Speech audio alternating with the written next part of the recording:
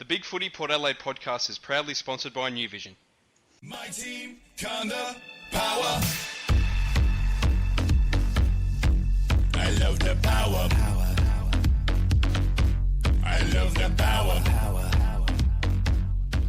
Hi guys, I am Macca 19 and this is the Big Footy Port Adelaide podcast coming to you once again live on Port Fan Radio. And look, Rick is still away this week. He's hobnobbing some corporates, I believe. So we've got back on the podcast once again, Janus. How are you, mate? No, I'm good. Fire up, son. Fire up. And we are also speaking with Andre.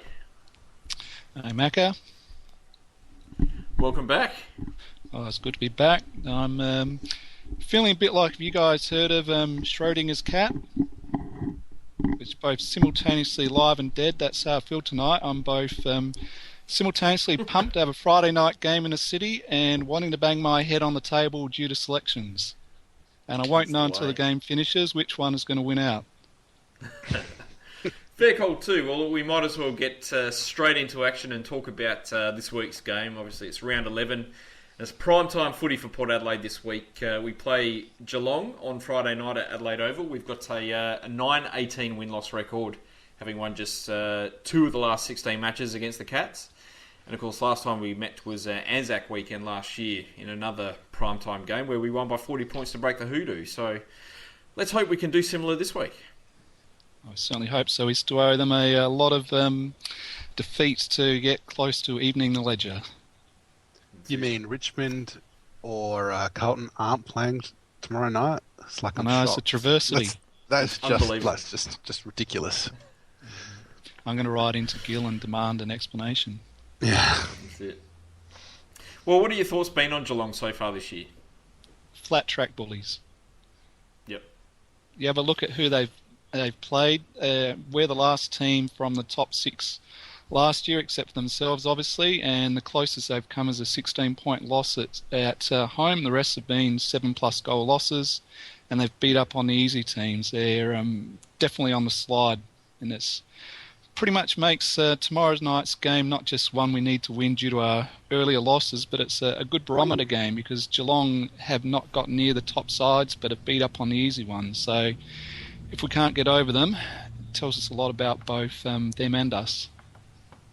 Yeah, that's a fair call. They've lost to Hawthorn, Freo, North Sydney, and West Coast. So, you know, they really have struggled against some big names this year, and as you said, they really have come back to the pack so far this season. I mean, they are playing quite a young team, I guess. You know, they've got quite a lot of names that wouldn't be all that popular amongst the normal sort of footballing public so far. Guys like Darcy Lang and Shane Kirsten, all these sorts of fellas that have played minimal football so far. Yeah, well, that's it. I mean, they're always going to be with some of their older players starting to retire, going to come back to the pack. It's going to take time to see how those youngsters going to be able to take the step up. And if they are, it's not going to be this year that they'll be able to do that. So I think they've still got some more to head down before they can look at coming back up again. That's it. It's also interesting to note that despite their sort of youngish side, that their top 4 possession winners so far this year are Joel Selwood, Corey Enright, Steve Johnson and Harry Taylor, 4 old hats. That was the same as last year. They all see like they were relying on their older players to get the job done and just falling over the line against like teams like Carlton and things like that. So yeah, I think they're, like Andre said, they're going to be flat track bullies, and hopefully we can do the business tomorrow night. I mean, really, the only player of theirs which was young and flying last year was Christensen, and he's we've been trying to pronounce, and he's now obviously up at the Bears, so as they soon be playing, except when they play us. So yeah, they're really not having the youngsters coming through yet. So they've still had a couple of good games, but yeah, not against quality opposition. Well, we're sitting 9th on the ladder, Geelong right behind us in 10th. I guess there's quite a lot riding on the result of this game.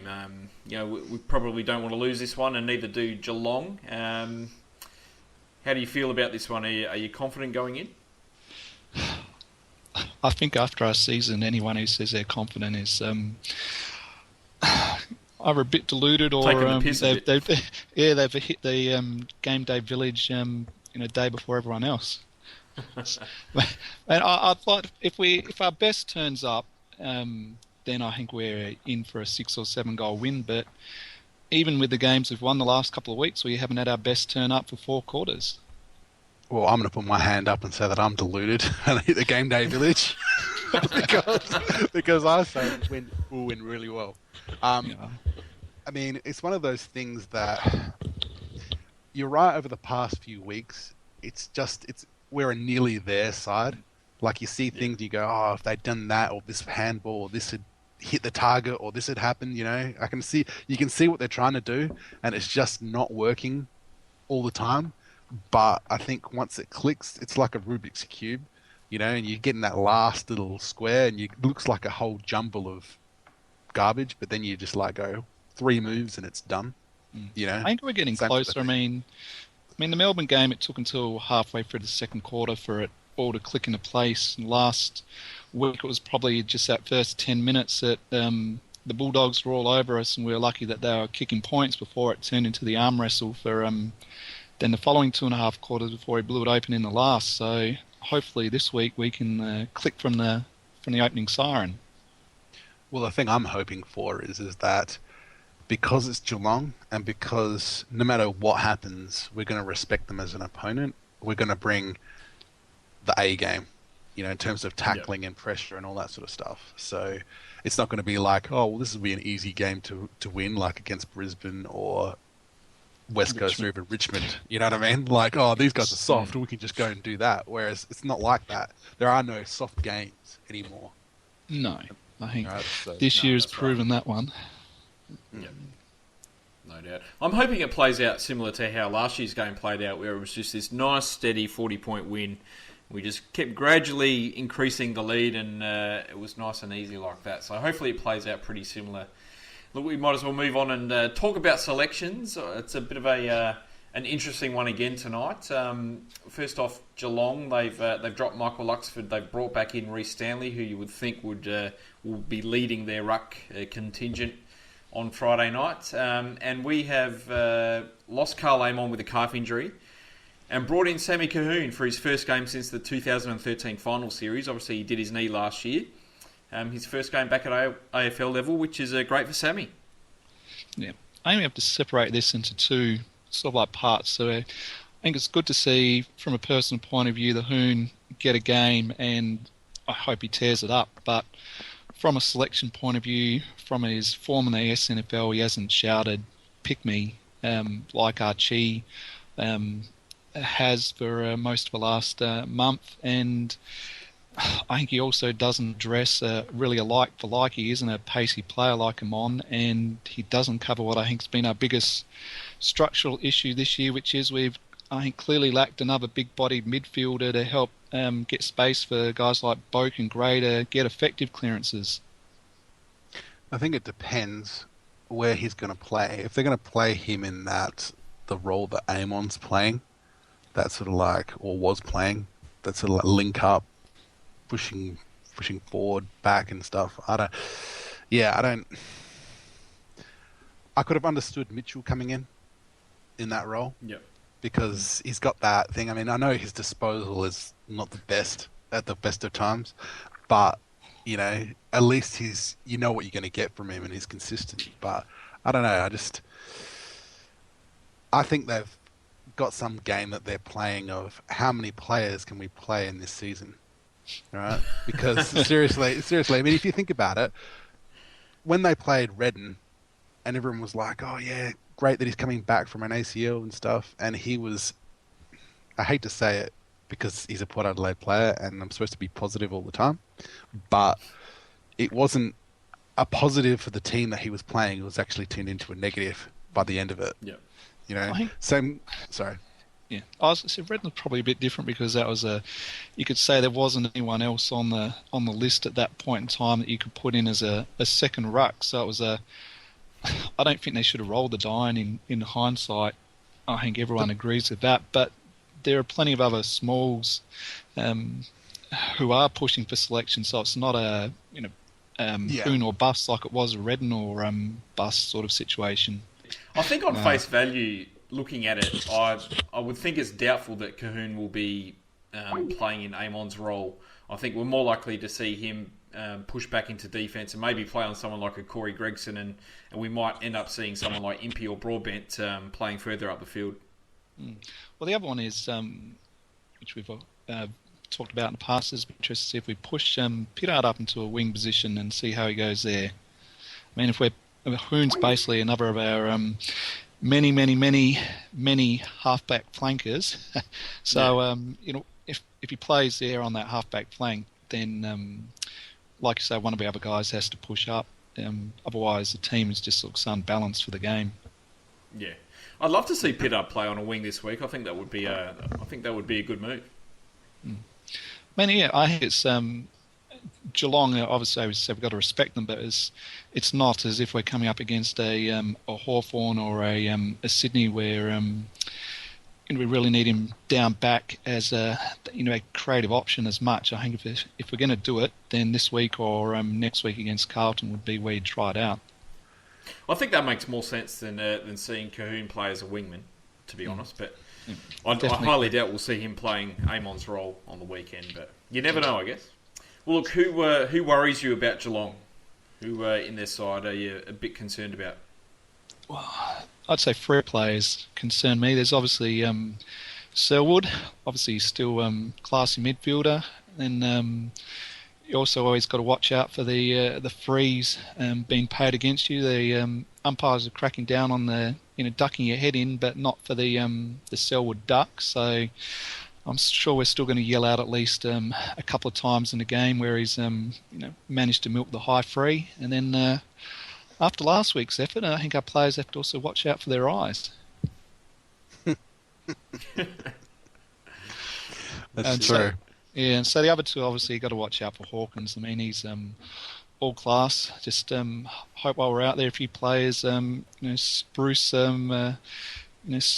give a spiel to him about how good Port is and, how good he'd look in the black, white and teal. Oh, and, I was going to say my third one would be Glibkas, or I'm not sure exactly how you pronounce it. He's really flying along this year as a Westhoff type role.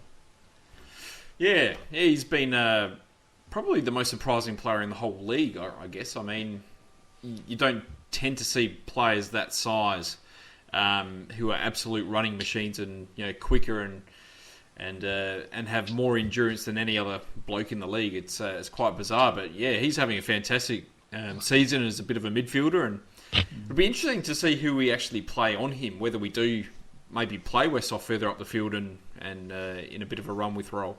I mean, I'd like to see it tried at least in the first quarter. I mean, if it doesn't work, we can obviously then look to shift probably one of our key defenders onto him. But I think if it does work, that's a mouth-watering prospect to see the pair of them go head-to-head as the two super tall, play anywhere where guys in the league. Yeah, that's it.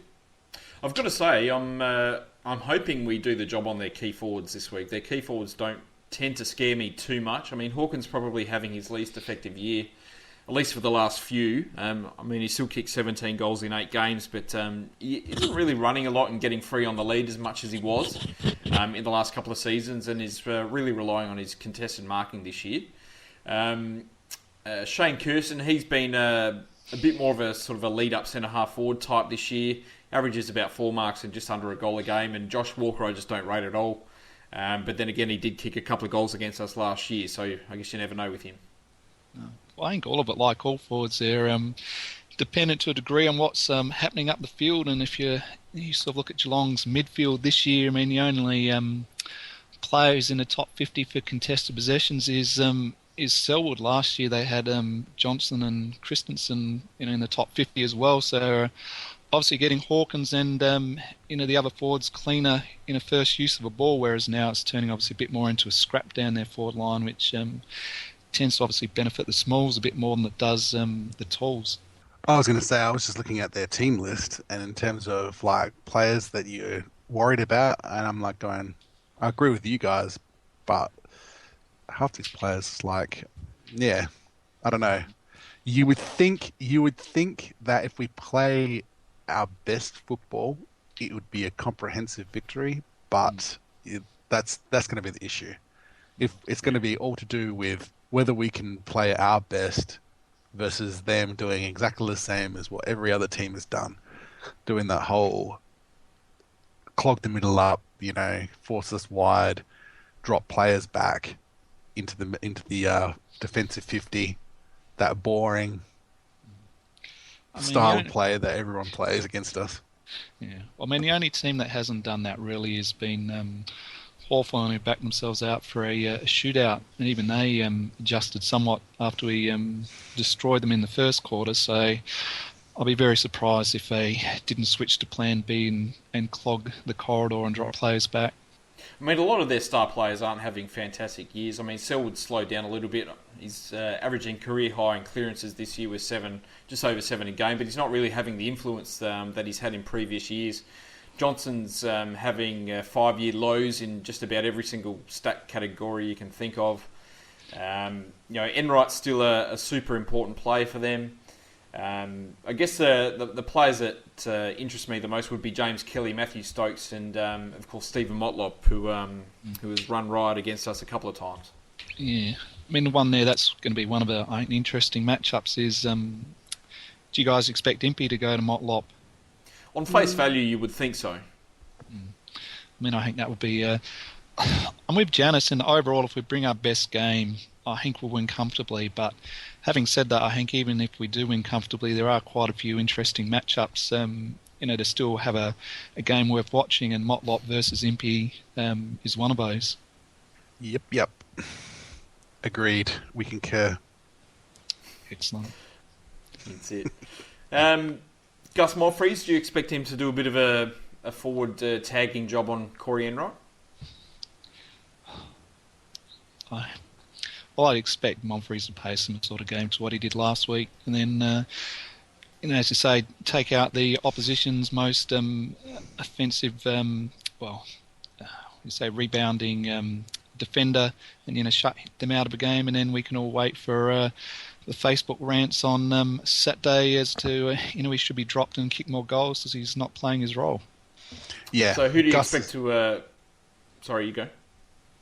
No, I was going to say, yeah, Gus has got a particular role that he plays in our team, and he does it exceptionally well. And he's pretty good at getting under opposition's skin. That's what I'll say. So I hope that he'll do exactly the same thing, because I think there's a few people in the Geelong team that might get their feathers ruffled a bit, and that'll go a long way to helping us win. So who plays on Selwood? Do we expect us to sort of play head-to-head against him, someone like Boak, or do you maybe see someone like Wines or Ebert doing a bit more of a negative job on him? I'd play Wines head-to-head, but not in a negating role, just two big-bodied midfielders contesting against each other, similar to him and Fife in the semi last year, or even Fife and Catboy when Fremantle and Adelaide played. Yeah, I can get behind that.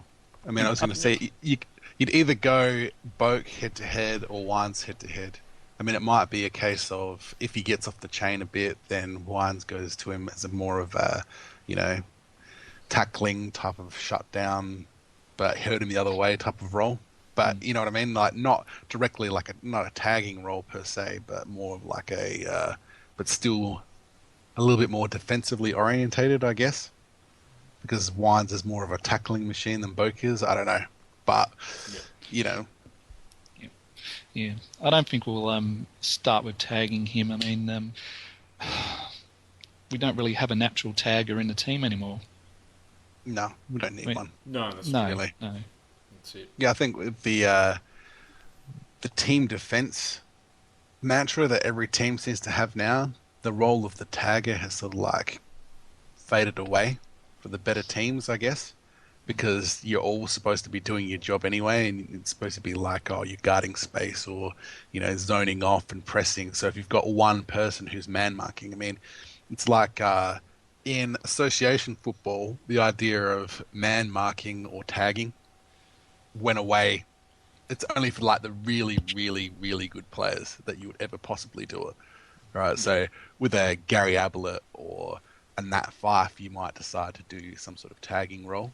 But generally speaking, it's just like full back out formation in or back out game plan in and just go head to head, and we'll change the structure rather than just focusing on one player.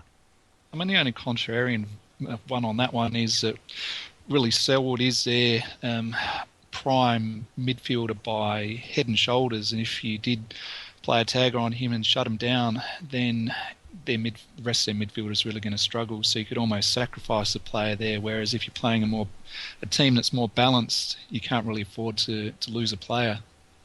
So I could see it going either way, but I don't expect we will play a tagger. But it wouldn't shock me if we did. I mean, you can almost use that example going the other way. I mean, you'd expect Cameron Guthrie to go to someone like Robbie Gray or Travis Boak, but you shut one of them down, and we've still got 4 or 5 other players that could absolutely tear Geelong to pieces. That's it. Yeah. Can't shut them all down. No. Yeah. I mean, really, if I was the Geelong coach, the player I'd be looking to shut down is Wines. If he's shut down, then he's not making space for the likes of Boak and Gray, and we're really going to struggle. I think Boak and Gray are all the class, but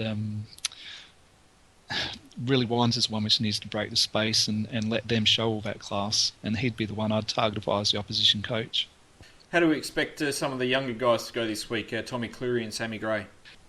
Cleary, I think, after his nervous first quarter last week, really settled in, and by the second half he is looking like he's fitting right in the back line like a glove. It'd be interesting to see who he lines up on this week. Obviously, you'd expect probably Carlisle to get Hawkins as the one big body lining up on another one, and Homsch to get the who would you play Homsch on?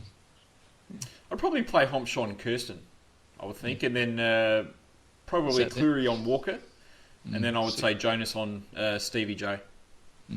What about if Stanley drifts forward? When he's not rucking, would you expect Cleary to pick him up then, or Homsch to swap over and look to run off of him? Oh, Stanley's pretty quick, so I'd probably still play Tommy Cleary. Yep, I'd be happy with that. I think it's definitely. I'd definitely like to see him get a good run of games and wouldn't rush Tringo back. Before he's fully fit. I mean, if Cleary can get a run of 4 or 5 games, then it'll stand us in good stead if we need him later in the year. And what about Sammy? For me, I actually thought his game against Geelong last year was almost better than his game against Brisbane. I actually thought it was just about his best game. Yeah, I mean, the game against Brisbane last year, we were just so dominant all over the field that you could have almost stuck the proverbial carbon rod in the forward line, and he would have kicked 3 goals. So, I don't think you could particularly, take much away from that performance. Whereas, obviously in the Geelong game, it was, 2 teams which were doing well at the time. So you'd rate that one more. Sort of on 2 minds about Sam Gray. I think I just get a bit mystified that he's been picked, given that he plays as a midfielder in the SANFL. If he's been picked for our AFL side, I'd like to see him actually get a bit more midfield time. And if he's going to be played as a small forward when he's called up to the power, then now that we've got the one club and the Magpies as our reserve side, then play him as a small forward in the Magpies so that he really gets to know that role inside out. Look, I love Sam Gray's hustle, and I love what he does as a player, like in terms of he gets everything that he can out of himself, right? So you got to love that sort of endeavour and effort. I think he'll do exactly what he did last week and the week before. Whether that's enough for the side moving forward, I don't know. If you rated his performance last week and said he played a good game, then you'll probably rate his performance this week. And conversely, if you said, no, we've got better players out of the side who should be playing his role or that could be playing his role, then I don't think you're going to change your mind that way either by what he does. Let's put it that way. If I was going to say what I think of Sam Gray, I'd say he's a 2012 player. And by that I mean it's like when we used to pick Matt Thomas and Tom Logan regularly because they'd give their all, even though they didn't have class. But I think we're beyond that as a team now, and I think we should be picking players who can bring more to the table when they're selected than Sam Gray can at this point in time. Well, He's the new era Darren Pfeiffer. Yeah, I mean, No, not that bad. What I'll say to you about Sam Gray or any of our players, whether it's Sam Gray, Sam Colquhoun, whoever gets selected, if the best thing that you can say about them is they do an AFL standard pass to a forward or something like that, say, oh, look at that pass, and it's like, well, he's an AFL player, supposedly, because he's playing AFL. That's the sort of pass he should be doing, Yeah.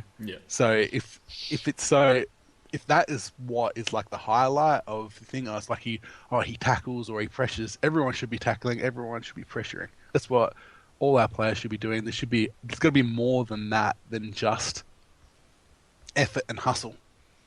Yeah. So, which is what Andre was saying about being a 2012 player. I mean, that's what those players had. All they had was effort and hustle, but there wasn't that skill level there. Now, whether he can be better going forward, that's up to debate. I mean, he could get better, or he could plateau or something like that. My personal theory is that they're looking at him. They've probably looked at the draft this year, and apparently it's not that good, or it's even, or something like that. Like in terms of, it's a pretty so-so draft. So it could be that they're looking at him for the idea of upgrading him with one of our picks or something like that afterwards, because we don't have someone that we're looking at. I don't know, but yeah, because I think this is his second year, isn't it? So it's time to make a choice on whether he's going to be a Port Adelaide player or not. I mean, you look Basically, when you look at, unless we get the likes of Shaw or more of like wanting to leave for more opportunities, we are going to be struggling as to who we cut at the end of the year, and I can't see where we'd free up a main list spot in order to upgrade Sam Gray. I mean, I think the other thing with him is you just look at the size of the AFL players these days. They're just getting taller and taller, and if it'd been the 80s or even the 90s, I think he would be a really good player potentially for us. But I just don't think these days he's just the size to make it as an AFL midfielder. And I just have my queries as to whether he can convert from being a midfielder into that small forward. Yeah. And maybe that's what the coaches are selecting him for, to see whether those queries are right or not.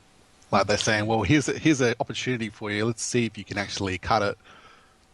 And I'm happy with that. They selected that for bringing him up. But then if they wanted to do that, I just don't understand why Hinkley then hasn't directed Hocking to say play Sam for Maggie's games. It's just seems like why wouldn't you do that? Look, I like his defensive pressure up forward, and it really does allow Robbie Gray to play full-time as a midfielder, which is obviously what we want this year. He's been absolutely tearing it up in the midfield. So I guess that's one of the positives. We've actually had a tweet from Scott McLaughlin, which says, what does Archie have to do to get a crack? And you've got to say he's probably just got to bide his time, really. Well, yes, he can't really do much more. I mean, he's had a string of consistently good games since he's went back to the SANFL, and he did perform well when he got his call up to the power for the time he was on the ground. So he can't really do anything more than wait for the coaches to tap him on the shoulder again. And personally, I hope it's not too long. Yeah. As I said a couple of weeks ago, I don't think we're going to be playing Wines plus... how do I word this? I don't think we'll be playing any more than two of Wines, Young, Moore and Archie in the same side. Well, I think if someone like Moore or Archie wants to get a game, they've really got to wait until either Young gets dropped or someone like Boat Gray or Wines gets injured again. So I don't really think that Young should be lumped in with Moore or Archie. I'm sort of like with Janus on that one. He's more a half half forward flanker who can go on the midfield. I see him long term as being the Monfries replacement. Actually, he's. I see him as the exact opposite. I see him as a centre square midfielder that can play on a flank. Well, there you go. Potato. It is. No, well, my personal theory is that he should be playing the role that Sam Gray's playing at the moment. That sort of in between half forward, goes in the midfield occasionally, on the flank, because you look at what happened with Sam Gray against, I know it happened against the Western Bulldogs, but I don't know if it's happened against Melbourne as well, but he'd be on the wing and he doesn't really take contested marks, whereas I don't know if Young takes contested marks either, but he's definitely taller, right? Yeah. So therefore, he's going to have more of an opportunity to get his hands on the ball than a Sam Gray will in that sort of situation. So, and I mean, that's why I thought when Young was selected, was it a week ago or 2 weeks ago now? And he had 11 tackles or something like that. I thought, because they played him on that hut in the Magpies, and they started him off on they selected him in the half-forward flank area. That's where they put him on the team sheet, right? I thought, oh yeah, here we go. Young is going to learn how to play this role that Sam Gray's playing now, and he's going to focus on his tackling and be that defensive forward like Monfries is doing, and then he'll come into the side and Gray will be out, and that's it. Well, prediction, guys, who's going to win? Port. I'm going to say if good Port turns up, 37-point win. Nice. I like it. Janus? I reckon Port Adelaide, obviously. And I'm going to go with 53 points. 53 points. I like it. I'll take that. Yeah. I like it. I'm going to say Port by 49 points. I think it's going to be our night. I think we're going to dominate the run of the play. I think we've got too many options all over the park to either kick goals or stop them from kicking goals. Probably come down to the midfield. If we can beat the midfield and stop Joel Selwood, then we should win pretty comfortably, I would think. And a look at Justin Westhoff kicking 4 goals. That'd be good. We haven't really seen a bag from the Hoff this year. No. I think he's overdue. I mean, I think he was improved last week, but yeah, it'd be nice to see him just kick it up that notch further to the 2014 level. That's it. I think I've predicted Hoff to kick 4 goals for the last 6 weeks, so I'm going on the theory that sometimes at some point it's going to be right. Cheer the black and the white, honour the Magpies day and by night. Well, let's move on and talk about the SANFL. Port play West Adelaide at Richmond Oval on Saturday. We've got a 160-99 win-loss record. West have won the last have won 3 of the last 4 games. I guess the main interest for this one is the debut of Dougal Howard, our first pick in the draft last year, pick 56. It'll be great to see him having a run around. Yeah, I mean, our other draft picks have been impressive so far this year, more than you'd expect. Probably players who picked so late in the draft to be. So hopefully he can keep up with what so far looked to be a fairly esteemed company. Yeah, I was going to say, if he was the first one picked and the other guys have performed pretty well, then you would hope that he's going to continue that sort of form that the other ones did. So he's got a lot of expectations to live up to based on what these other guys have done. They would expect that after a long layoff, it'll take him a couple of weeks to get up to speed. But yeah, obviously. We'll give him a few weeks to get into the groove. Although Frampton seemed to get into the groove pretty much straight off the bat last week. So, yeah, it's very true. We'll see. Be interesting to see how a key forward line of Mitch Harvey, John Butcher and Dougal Howard goes. And of course, Frampton can play up there as well. He kicked 2 goals last week. Yeah, I would think we should win this one quite comfortably. Yeah, I mean, you think it'd be too much firepower up forward there. It's and with Moore and Archie being held back, you think we've got just two stronger bodies. Obviously AFL, hardened bodies against the part-timers of the SNFL to really lose the midfield. So you expect that all those tall targets are going to get good supply, and it'd be nice to see one of the key forwards kick a bag, and one of them start demanding to be picked later in the season. I've been really impressed with Mitch Harvey's consistency this year. He seems to keep 2 goals every week, which is fantastic. Yeah, I think the only one, like everyone sort of says, query there is his tank. I mean, I think once he gets his tank up, I think he will start getting picked for AFL games. It's just probably not this year, but you'd hope after another pre-season he starts getting some next year. Yeah, he'll go the same way as what Tom Cleary did. Probably next year get like a couple of games, and then the year after that be like get a few more, like probably 5 or 6 or something like that, and then take it from there. But yeah, he's been doing really well and performing all the things that they're asking of him. So all we can do is cross our fingers and hope that his progression is still positive and an upward trend, I guess. But like with any key forward, it's going to be up and down if you're going to be realistic, because there's going to be bad days and good days as they start to learn how to develop their game. So yeah. I mean, I suppose I shouldn't curse him, but the key one I think with Harvey is he's managed to pretty much keep at bay the injury curse, which has seen to inflicted our other developing key forwards, and obviously Butcher and now Shaw seems to be broken a mirror or run over a black cat. He's not having much luck there either. Yeah, we really need Mason Shaw to have a injury-free pre-season just to see what he can do, and it's probably been the unfortunate thing is that he's got a lot of talent, he's got a lot of potential, but just hasn't really been able to get his body right so far. Well, that's sort of like the other one. The elephant in the room is: do you think Shaw is going to sign a contract extension? Probably 50-50 at the moment, I would think. Yeah. You sort of hope he'd at least get back on the park and get playing games. I think if he's going to keep on getting injured, that's when players tend to their heads drop, and he could be looking for greener pastures. I think if he's out there and kicking some goals for us, it's more likely he's going to sign on again. So hopefully he can get over his injuries fairly quickly. Is there even a slim chance he might be delisted?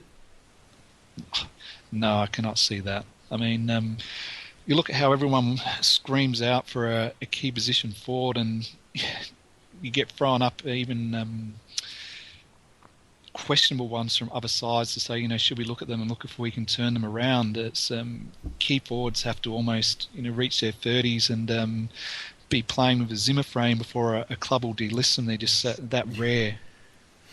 That's right. No, if Shaw is going to do anything, he might get traded if he gets to the end of the year and decides that he wants to go somewhere else. But no, I can't see us getting him delisted. There's other players that would be on the chopping block before him. I mean, you would think Johnny Butcher will go before him. So hopefully Shaw signs on. I think he's got a lot of talent, and he's one of my favourite youngsters out there playing for Port Adelaide, and hopefully he signs on. I mean, I suppose the only advantage if he does want to go is both West Coast and Fremantle are doing well this year, so he's not, he's obviously if he's going to go, it's going to want to be head back home to WA, so you can't hold off they're finishing bottom 4. I'm just going to walk into the pre-season draft threat. So, but yeah, hopefully he stays. Yeah, we want him to stay. We want him to stay. Sorry, I was going to say what I'm hoping for is that all the players that didn't get selected this week in the AFL side have that, like how can I put it?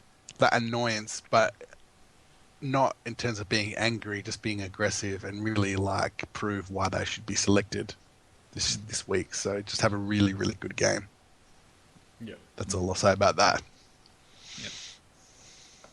Fair enough. or hopefully one or two of them sign a contract extension. That seems to be a do that and you get the game the next week.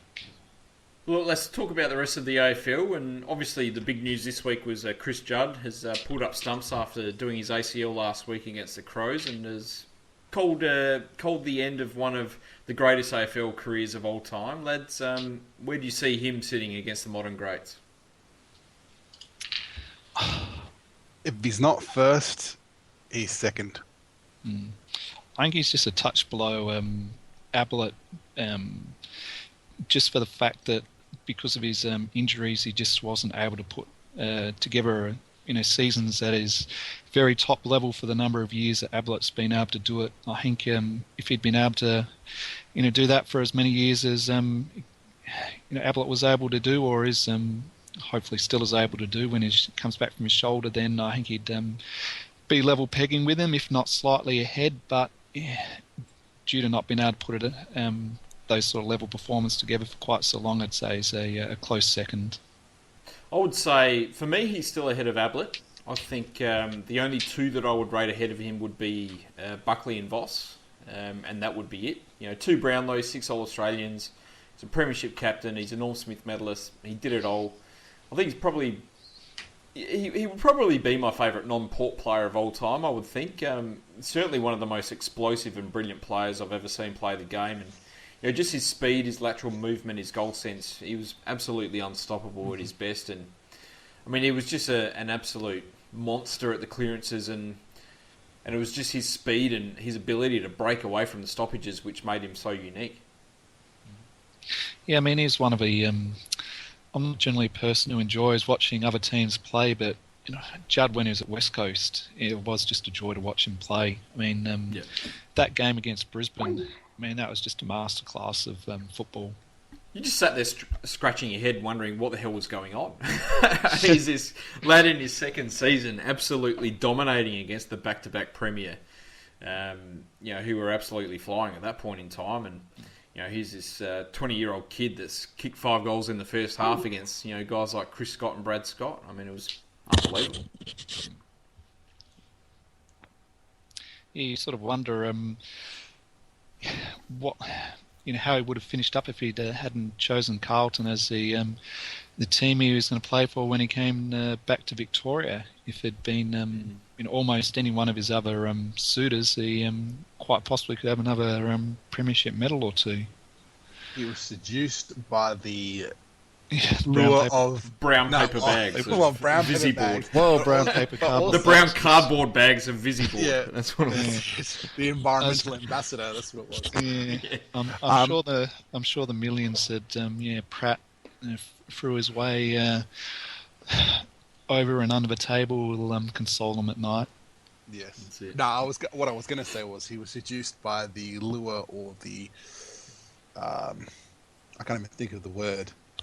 Carlton had a lot of first round draft picks, and everyone was of the impression that they were going to be like the next thing because they had Mark Murphy and Bryce Gibbs and Matthew Cruiser and stuff. And it's like, they'll go to this thing. They had Andrew Walker, and it was all going to come together. And they also had Brendan Vovola at the time, so it was just like, I'll go to the one that's going to be really good, but. That's why when people say, oh, look at GWS, they're going to be like awesome and stuff, it's like, yeah, they might be, but it doesn't always work out that way just because you've got high draft picks. No, we only have to look at Melbourne for the last 20 years to see how that one, how it doesn't always play out. I mean, exactly. It's as say it's very hit and miss, but then as say you got on the other side, obviously like Hawthorn, who did very well out of their years of high draft picks. So. Well, I think he's had a career he can look back on and be happy with, and as say, he's set up very nicely financially as well with out of Carlton. So I don't think he'll have too many regrets. No, not at all. I mean, my memory of Chris Judd was you kind of like hate him at the same time because this didn't happen, but that 2007 final. The qualifying final against West Coast where we was on one leg And you thought, oh yeah, nothing's going to happen. Judge, he's only got one leg. He's not going to do anything. And he was kicking all these goals and stuff. And they were You just still running nearly all won over. them the game. And he exactly, nearly won them the game. I'm like going, Oh, are we cursing him now that he didn't get them a couple more? yeah, Absolutely. What are you doing, Chris? Yeah, come on. Kick 2 more and he could have saved us all from years of heartbreak. That's it. Oh, yes. No doubt. Look, any other games this week interest you guys? I think obviously North Melbourne and Sydney would be the main one. Yeah, I mean, the other ones there aren't really much with the bye. I mean, I don't think North Melbourne are going to give Sydney anything like a run for their money. I think North is, if we've been inconsistent this year, then North has pretty much just been fairly woeful. They're, I think they rolled their dice on getting in a bunch of free agents and older players, and I think on the evidence so far is it hasn't worked. Yeah. You know my theory on North Melbourne. Yes, they'll win because they're not meant to. Yeah, when they're expected to lose, they'll win, and when they're expected to win, they'll lose. So I would not be surprised. Surprise me at all if they win. Yeah, it would not surprise me at all, especially because they're playing at Etihad Stadium. They seem to love that. They grow another leg or whatever on that ground. So yeah, but nah. I mean, if you were betting on it, if you were tipping it, you might decide that if you were behind on tips, you might go, oh yeah, I'll see if I can do something with North Melbourne here. But if you were betting, you'd go for Sydney. No. Yeah. I actually think the most interesting game, other than our one, obviously, is the is Collingwood and GWS. It's in and now we're starting to get into the the colder and the weather and the ground starting to get a bit heavier. Is that going to start having an effect on the younger bodies of GWS, or are they going to keep on steamrolling a lot of teams like they have so far this year? Yeah. Yeah, that should be a pretty good game. Obviously, Dylan Shields signed on for another 2 years, so that's a great thing for the Giants. They just need Adam Treloar to sign on as well, and they've pretty much got all their young guns signed up for the next few years. I asked a question about that, about whether he is going to 2017. Does he qualify for free agency because they were a list back in 2010 and they played in the TAC Cup and stuff? Or does it count from 2012 when they came to the AFL? I've asked a few people, and no one's entirely sure. Wasn't one of the couple of Gold Coast players, younger ones, up for restricted free agency, including one of the years they played in the Queensland Light League, because they'd been on the list for that extra year? Yeah, that would be next year. But I think they've probably got 3 players that would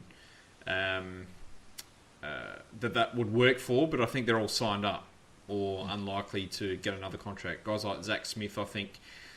So I guess if we wait another 12 months, we'll know the answer to that. Yeah, because you would think it would make sense because they've been a contracted player for that club. Even if they're not playing in the AFL, they've still been a contracted player. So yeah, because it's all around. You've been at a club for either the restricted number of years or the full years, or been a fully fledged free agent, not around playing a certain number of games. So yeah, I tend to think it is that they'll become eligible that year or two earlier than how many years they've been playing in the big leagues. Certainly hope so, and we want a few more players of theirs to be able to be shaken loose. Because well, if you have I looked at their list of people who are coming out of contract in 2017, and it's quite large, and their salary cap goes down to, I think they've probably got maybe an extra 300,000 or something in that year, so they're going to start feeling the squeeze, especially if they are eligible for free agency. Then you might be able to coax some people out of their contract and stuff. Yeah, especially now they're doing well this year. To expect that the players they've been signing up are now starting to able to demand salaries based on performance rather than potential. So they've got to start coming back to the pack as being able to have so many stars on a list and not just be able to have twice as many as everyone else has. Mm-hmm. Exactly. There's an article on the AFL website by Nick Bowen on April the 10th, which is titled "Suns Knocking on Free Agency Door," and it's all about the fact that Charlie Dixon, Rory Thompson, and Zach Smith are likely to become free agents next year. So it would seem likely that that would be the case. Well, there you go. And that's the reason why he signed to 2017. So he could get that payday, go back to where he wants to go. He goes, I'll just stay here for another couple of years, get my extra 200 or 300,000 per year, and then if he wants to go somewhere else, he's quite easy to go there and also get paid again. So his manager or his agent is doing a pretty good job setting him up financially. We'll make a nice change from every draft and trade season. Just everyone's saying, why don't we go after Sam Day? Be nice to have someone else from Gold Coast and GWS mentioned. There you go. All right, lads, we might call it quits for tonight, and I look forward to tomorrow night at the footy. All right, should be good. And just as we do that, Janus We've lost him again. We've lost him temporarily again. So on that note, we might just say go the power. Go the power. Go the power. That was me doing Janus. Sean Burgoyne, who delivers beautifully on the chest of Thurston. Pickett with the overlap. Porter away.